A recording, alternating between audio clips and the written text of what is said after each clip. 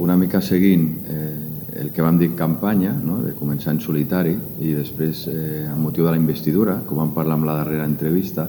el que vam fer és, quan vam començar a fer el debat de les ordenances, per tant, dels preus públics, dels tributs, que nosaltres sobretot el que volíem era vincular-lo a l'IPC i no augmentar la pressió fiscal en un moment on realment les hipoteques encara estan en una franja molt alta i la situació no té sentit. I el que vam fer és seguir aquest fil, per tant vam tenir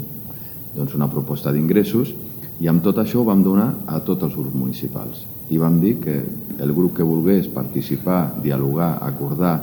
amb tots els temes dels pressupostos, nosaltres total disponibilitat, amb el programa electoral a la mà i amb això, realment, amb la gran majoria de grups vam poder anar avançant. De manera que vam arribar a acords més singulars,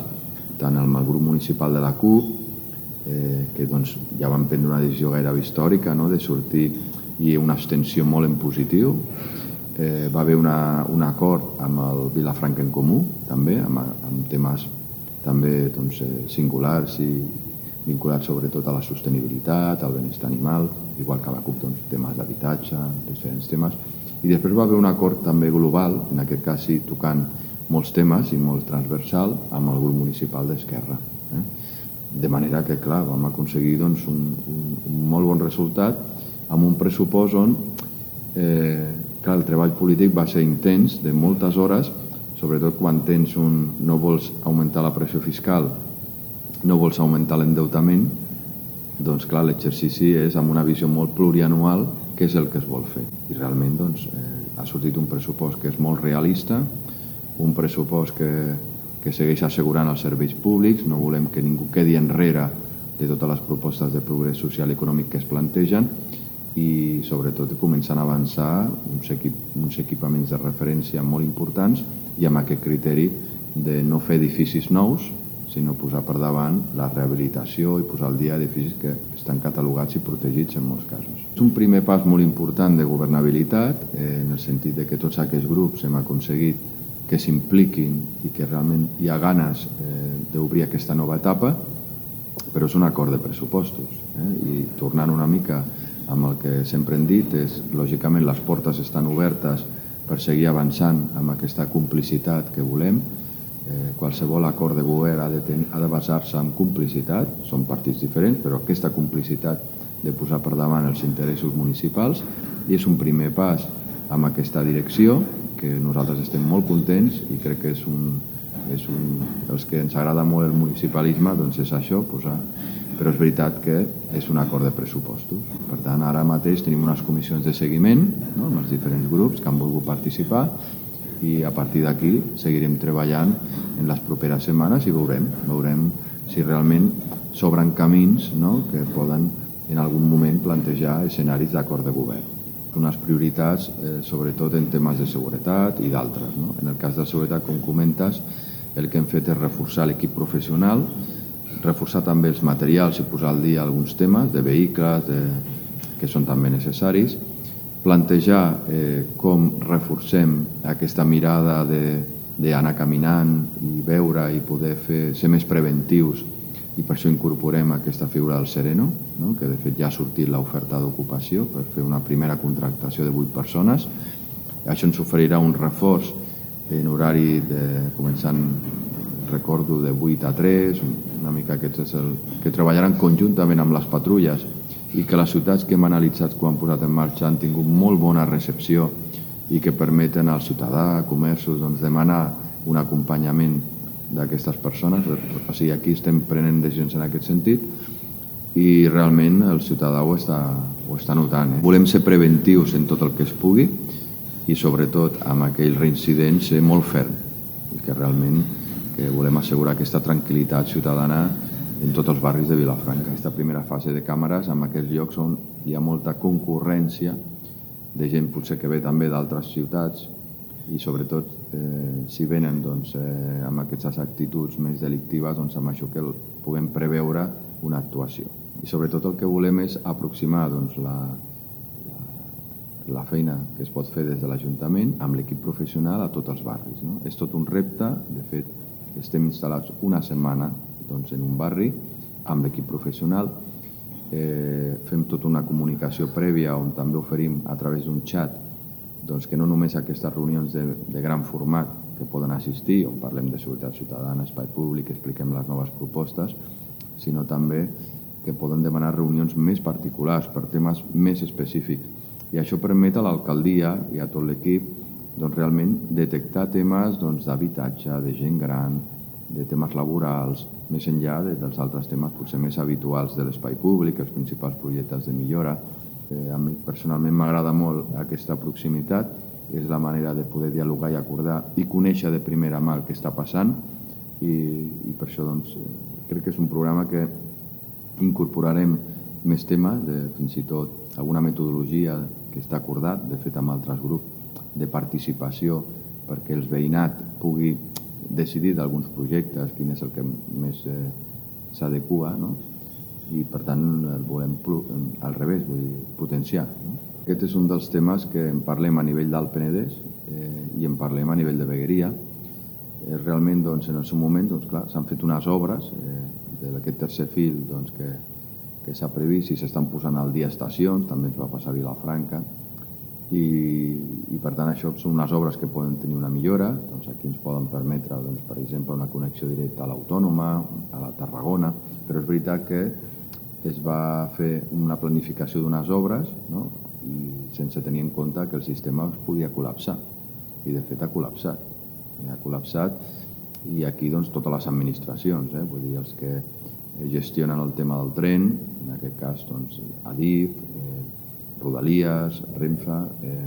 el tema de la Direcció General de Transports. Aquí tots crec que haurien d'haver planificat com reforçar el sistema perquè això no es traslladi a un pitjor servei. I en aquest cas, la gent del Penedès necessita assegurar aquests serveis de qualitat. I la situació d'ara és el sistema, en motiu d'aquestes obres, que poden tenir la seva justificació,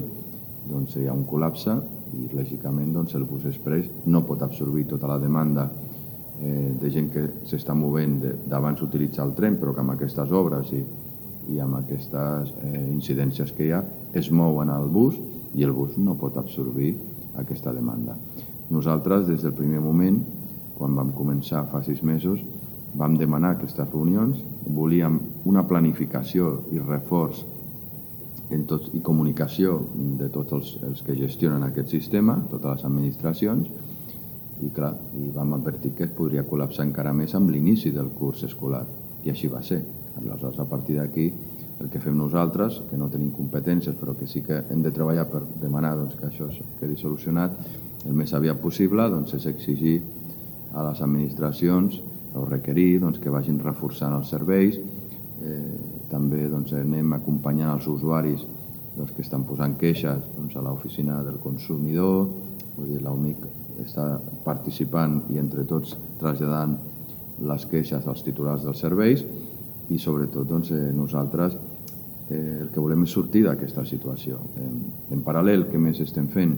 Nosaltres creiem, i això ho parlava amb les alcaldies del Penedès, que hi ha temes que hem d'anar treballant a mig i llarg termini. Un primer tema és la parada regionals. La parada regionals del Penedès, de totes les veus autoritzades ens diuen que és la gran solució, perquè el dia que acabin les obres, en el cas, per exemple, de la línia de l'interior, tampoc tindrà una gran millora en l'eslot, perquè és una línia que a partir de Martorell funciona de metro a l'àrea metropolitana i està molt col·lapsada, de manera que podràs millorar alguns minuts, però no és la millora que actualment s'hauria de fer. Portem ja molts anys, més de 100, amb una durada d'una hora pràcticament per anar a Barcelona, les diferents parades. La parada de regionals ens ho permet, de fet és dels pocs trams on la línia d'ample ibèric tradicional està al costat de la del TGV i permetria concretament al municipi de Vilafranca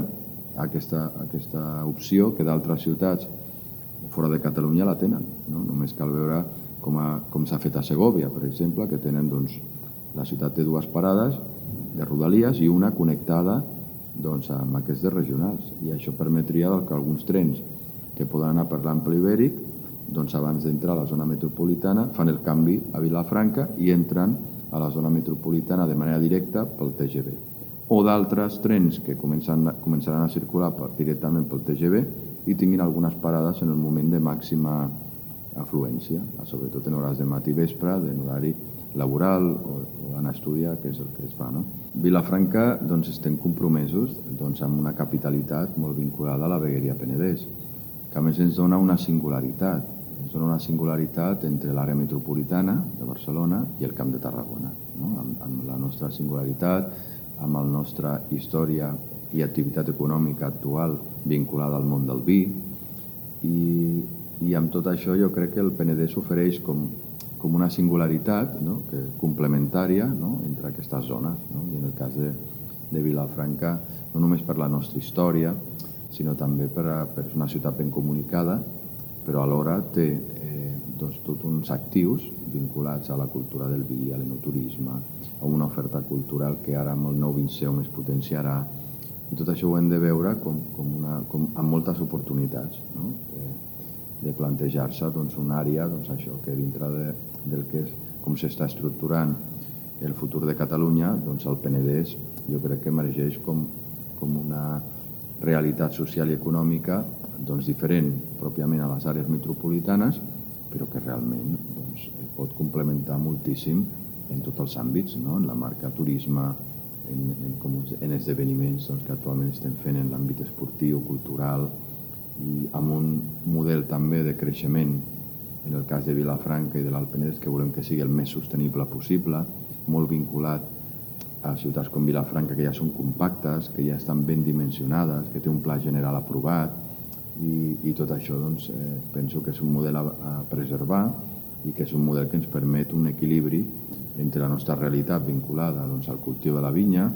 amb una indústria que estem veient com en el món agroalimentari,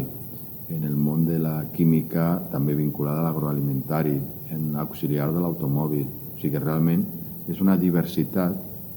molt singular la que hi ha al Penedès i que ens permet també veure com les dades ens apunten una comarca, en aquest cas l'Alt Penedès, que té molta força d'un creixement econòmic sostenible, i sobretot la part meva que veig com a Ajuntament és sobretot assegurar que ningú es quedi enrere amb aquest model i que realment no es creïn barris o espais que per raó econòmica, social, quedés fora. I aquí l'administració pública ha d'ajudar, no? Però, en definitiva, posem en valor una vegueria amb moltes oportunitats i que pot complementar la resta de realitat de Catalunya.